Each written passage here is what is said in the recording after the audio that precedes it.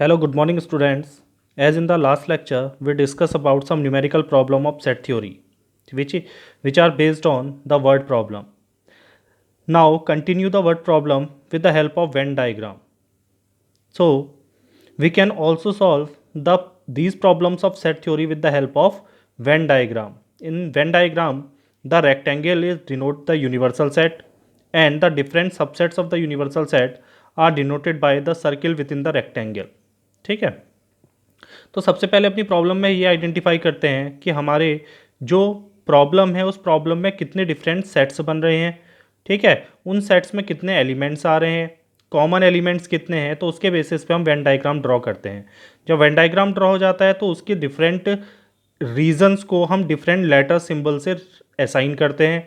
ठीक है, और फिर इन लेटर सिंबल के रिस्पेक्ट में हम इक्वेशंस बनाते हैं और इन इक्वेशन की वैल्यू को पुट करके या उन इक्वेशंस को सॉल्व करके हम दी हुई प्रॉब्लम को सॉल्व कर सकते हैं।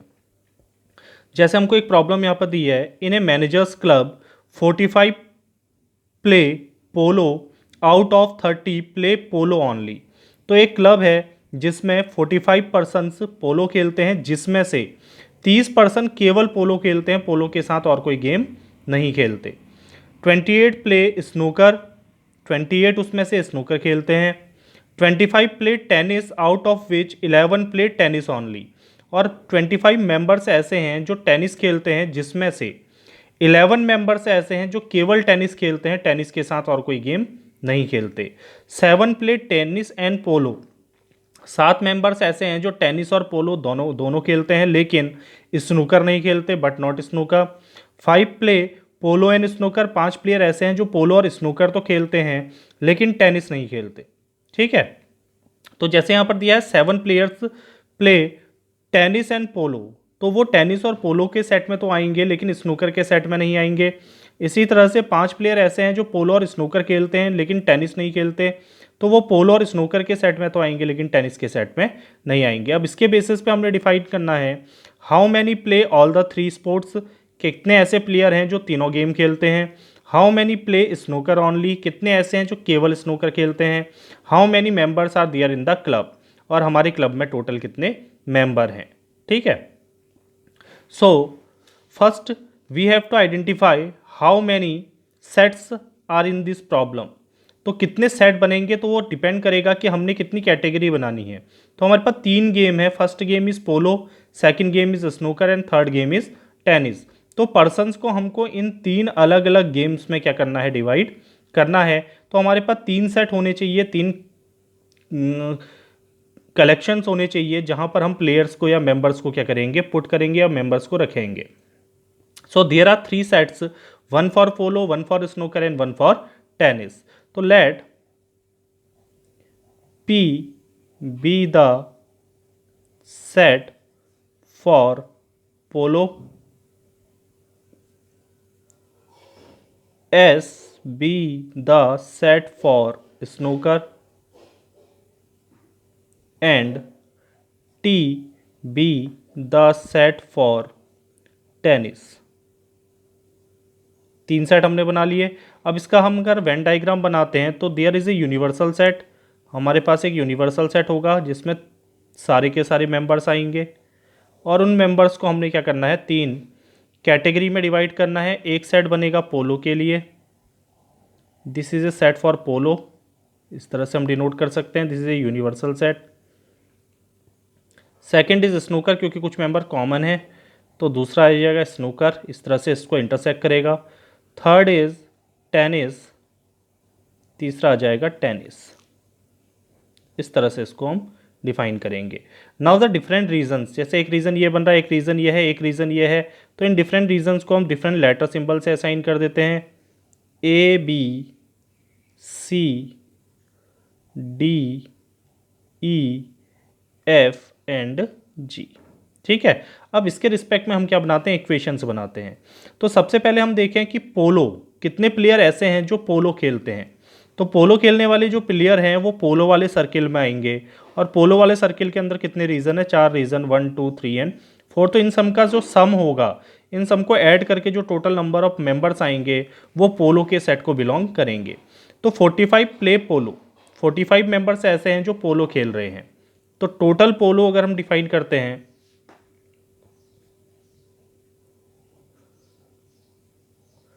तो टोटल पोलो वाले कितने मेंबर्स हैं 45। तो number of members in the set P is equal to 45। तो 45 मेंबर्स किस में होंगे पोलो वाले सेट में होंगे। और पोलो वाले सेट को अगर हम डिफाइन करें तो इस सर्किल के अंदर 4 रीजन आ रहे हैं A B D and E. तो A plus B plus D plus E is equal to 45, total 45 होगा।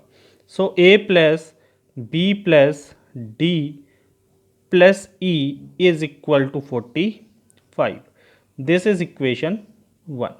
ये आपकी बनेगी इक्वेशन 1। ठीक है। इसके बाद हमें कंडीशन दी है आउट ऑफ 45। अब 45 में से 45 play polo out of which 30 play polo only.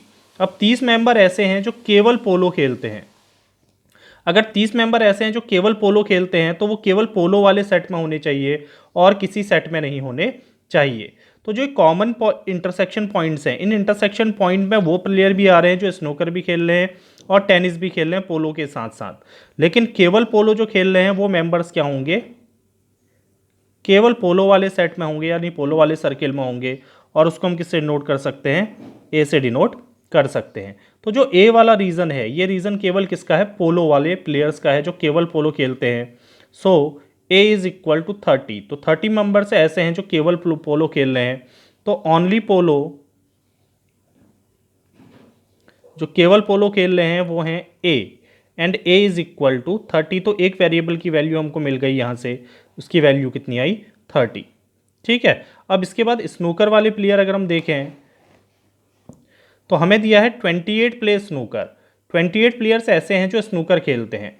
ठीक है। तो स्नूकर खेलने वाले प्लेयर किसको बिलोंग करेंगे, स्नूकर वाले सर्किल यानी स्नूकर वाले सेट को बिलोंग करेंगे। तो टोटल स्नूकर अगर हम निकालें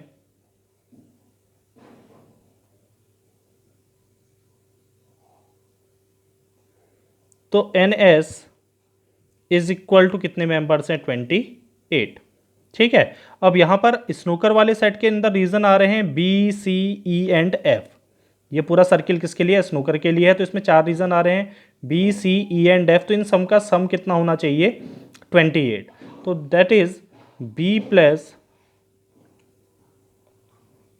सी plus E plus F is equal to 28। This is equation 2। ठीक है। तो ये बन जाएगी आपकी सेकंड सेट के लिए इक्वेशन। तो हमारे पास 2 इक्वेशन आ गई। अब तीसरी इक्वेशन मिलेगी टेनिस के लिए। ठीक है। तो इन इक्वेशंस को सॉल्व करके हम डिफरेंट रीजन्स में कितने कितने मेंबर्स लाई करेंगे, बिलोंग करेंगे, वो निकाल सकते हैं। इसके बाद अगर हम टेनिस देखें तो टोटल टेनिस इज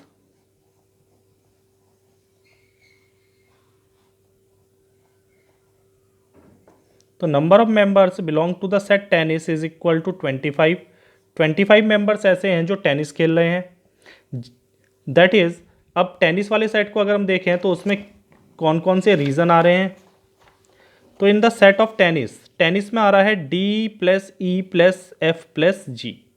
ठीक है। तो ये पूरा सेट किसके लिए है, टेनिस के लिए। तो इसके सारे रीजन किसको बिलोंग करेंगे, टेनिस वाले सेट को बिलोंग करेंगे। तो टेनिस वाले सेट में आएगा D plus E plus F plus G and it is equal to 25 members. This is equation 3. Now only tennis, और उसके संग एक कंडीशन हमें दी है कि ऐसे मेंबर जो केवल टेनिस खेलते हैं। ठीक है। तो वो मेंबर जो केवल टेनिस खेल रहे हैं वो कितने हैं आपके 11। तो केवल टेनिस वाला रीज़न कौन सा है, जी, जो केवल टेनिस में आएगा, किसी और सेट में नहीं आएगा। तो only tennis is G is equal to 11। ठीक है। Now there are some members which who play tennis and polo but not snooker. तो अगली कंडीशन हमें दी है tennis plus polo but not, जो कंडीशन दी है बस उसी को हम रिप्रेजेंट कर रहे हैं, बट नॉट स्नूकर। ऐसे प्लेयर जो टेनिस और पोलो तो खेल रहे हैं लेकिन स्नूकर नहीं खेल रहे हैं, ऐसे प्लेयर कितने हैं 7। तो टेनिस और पोलो खेलने वाले प्लेयर जो स्नूकर नहीं खेल रहे हैं वो कहाँ पर आएंगे, अगर हम देखें तो इन सेट में देखो टेनिस और पोलो, तो पोलो का सेट ये है, टेनिस का सेट ये है। ऐसे प्लेयर जो पोलो भी खेल रहे हैं, टेनिस भी खेल रहे हैं, वो प्लेयर लिए हैं, लेकिन स्नूकर नहीं खेल रहे हैं, तो स्नूकर वाले सेट को हटा दो। तो ऐसे प्लेयर जो पोलो भी खेल रहे हैं और टेनिस भी खेल रहे हैं वो दोनों में कॉमन है, लेकिन स्नूकर वाले सेट में नहीं आएंगे क्योंकि स्नूकर नहीं खेल रहे हैं, तो वो रिप्रेजेंट करेगा रीजन डी को। तो रीजन डी आ जाएगा आपका, देयर आर 7 प्लेयर। तो 7 प्लेयर ऐसे हैं जो टेनिस और पोलो खेल रहे हैं लेकिन स्नूकर नहीं खेल रहे हैं।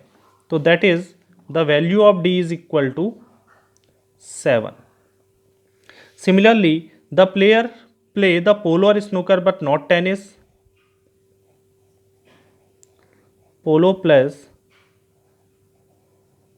Snooker but not tennis.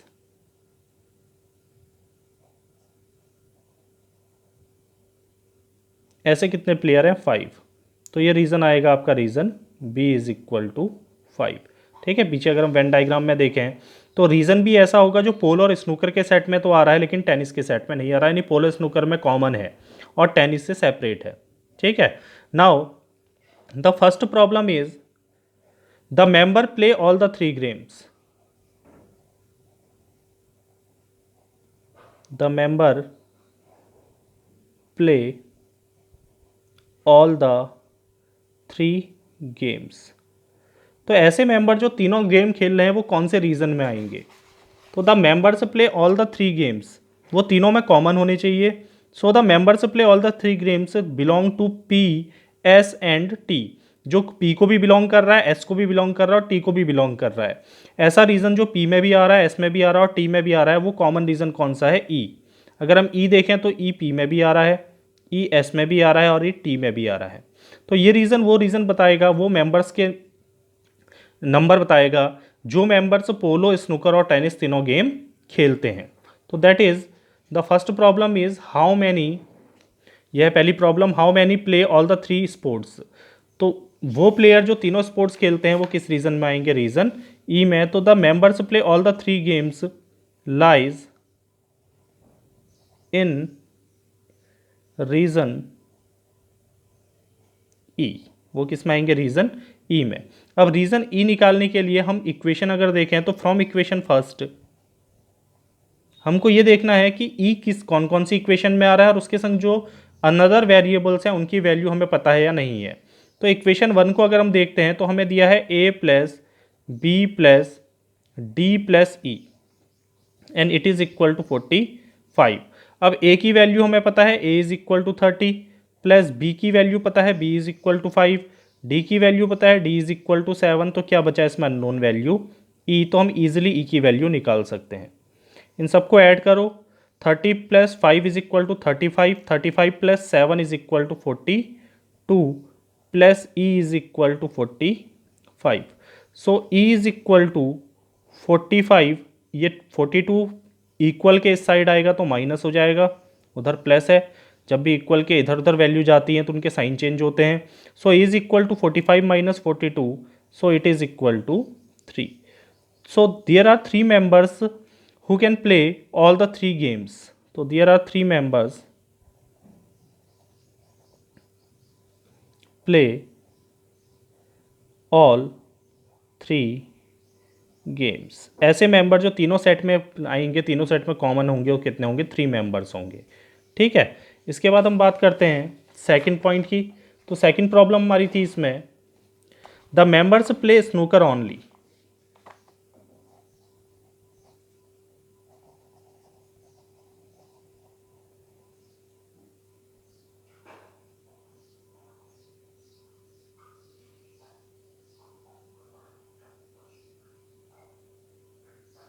The members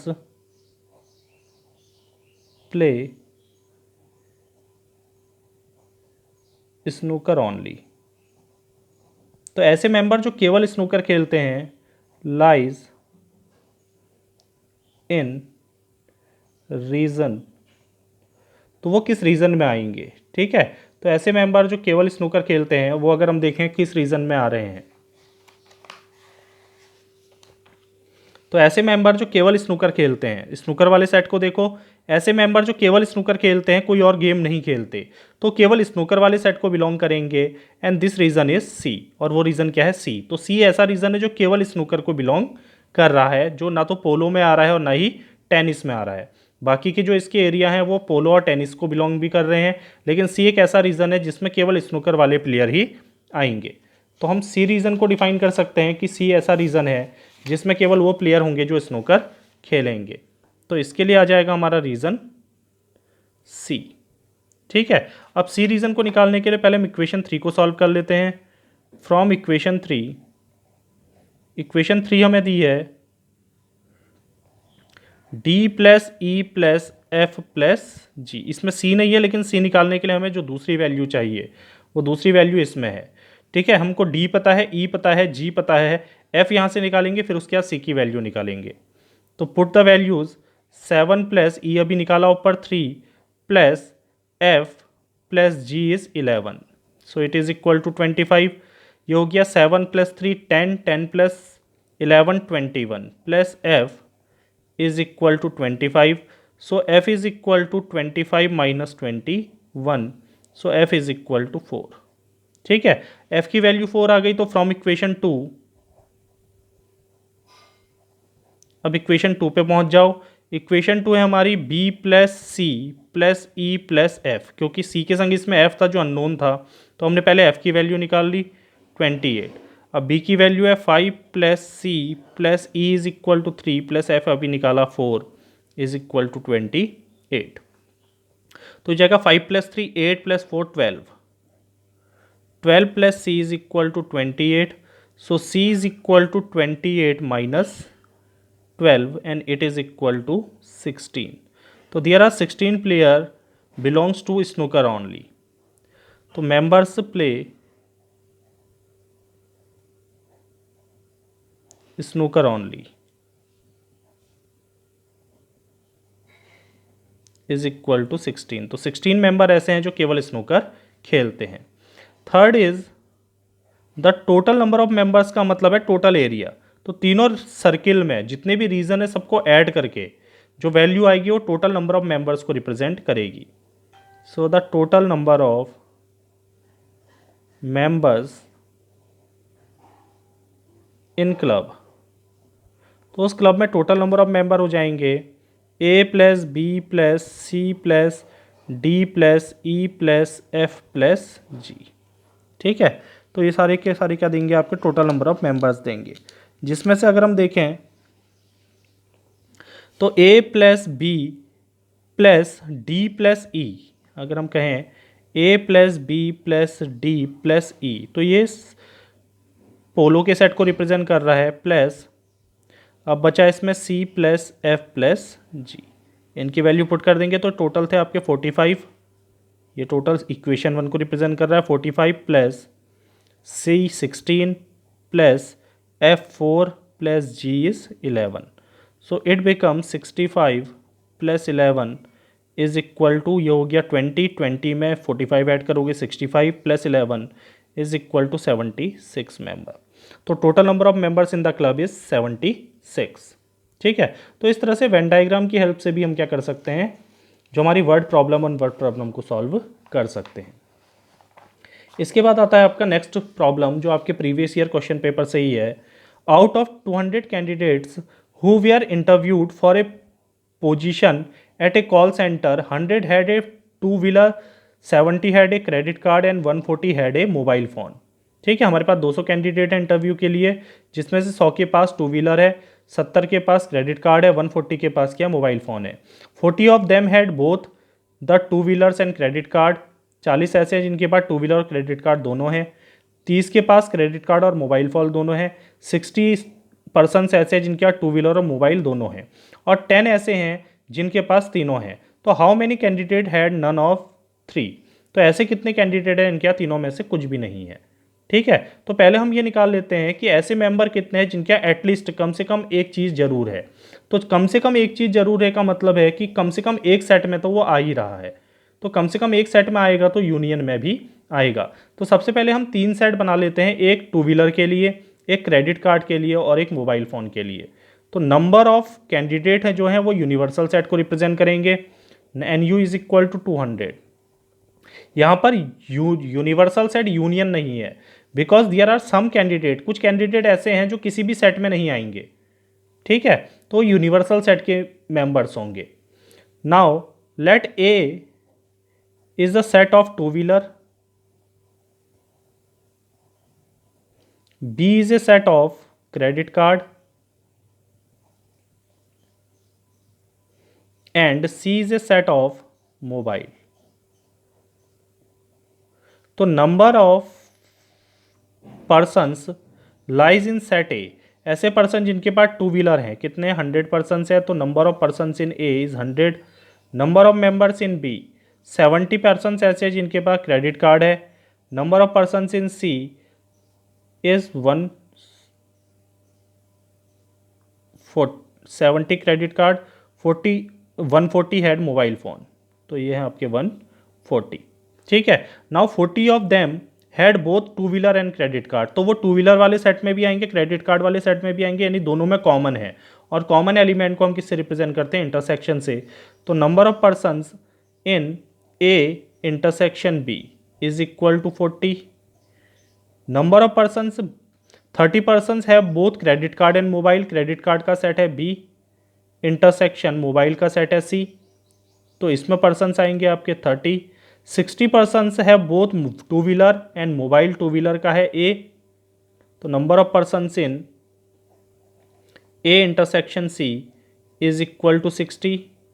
and 10 had all three, और 10 ऐसे पर्सन है जो तीनों सेट में आ रहे हैं, जिनके यहाँ तीनों चीज़ें हैं, तो तीनों सेट में कॉमन होंगे। That is number of persons in A intersection B intersection C is equal to 10। तो सबसे पहले हम ये निकाल लेते हैं कि ऐसे पर्सन जिनके यहाँ कम से कम एक सामान तो जरूर है, ठीक है, चाहे वो टू व्हीलर हो, क्रेडिट कार्ड हो या मोबाइल फ़ोन हो, तो हमको ये निकालने में आसानी होगी कि ऐसे पर्सन कितने हैं। ऐसे पर्सन जिनके पास कुछ ना कुछ जरूर है, यानी तीनों में से एक ना एक सामान जरूर है, उसको अगर मैं टोटल में से सब्ट्रैक्ट कर दूंगा तो ऐसे पर्सन मुझे मिल जाएंगे जिनके पास तीनों में से कुछ भी नहीं है। तो सबसे पहले हम फाइंड करते हैं इसमें number of candidates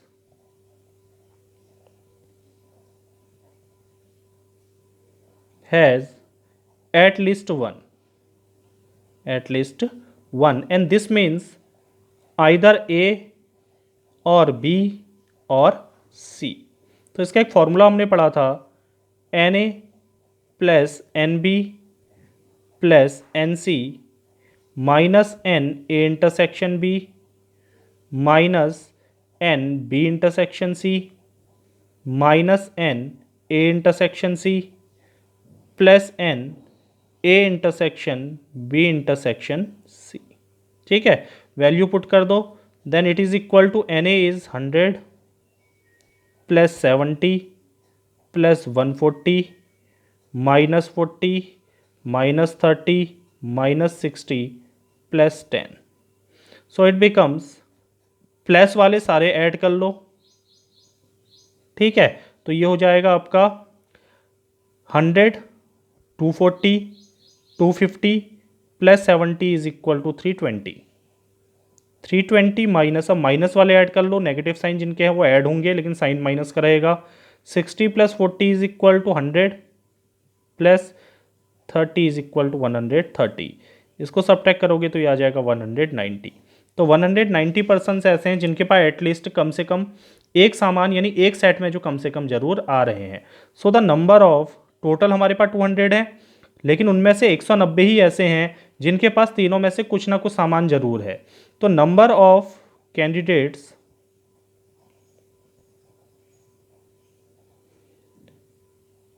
does not, number of candidate had none of the three, इन तीनों में से जिनके पास कुछ भी नहीं है वो हो जाएंगे इज इक्वल टू, टोटल हो गया N U minus N A union B union C, जिनके पास कम से कम एटलीस्ट एक सामान जरूर है, उनमें से टोटल में से अगर उनको सब्ट्रैक्ट कर दें, टोटल है 200, उनमें से ऐसे पर्सन जिनके पास एटलीस्ट कम से कम एक जरूर है वो है 190, सो इट बिकम्स 10। तो 10 पर्सन ऐसे होंगे जिनके पास ना तो मोबाइल फ़ोन होगा, ना ही क्रेडिट कार्ड होगा और ना ही टू व्हीलर होगा। ठीक है, तो इस तरह से इन फॉर्मूलों की हेल्प से और वेन डायग्राम की हेल्प से हम इन प्रॉब्लम्स को सॉल्व कर सकते हैं।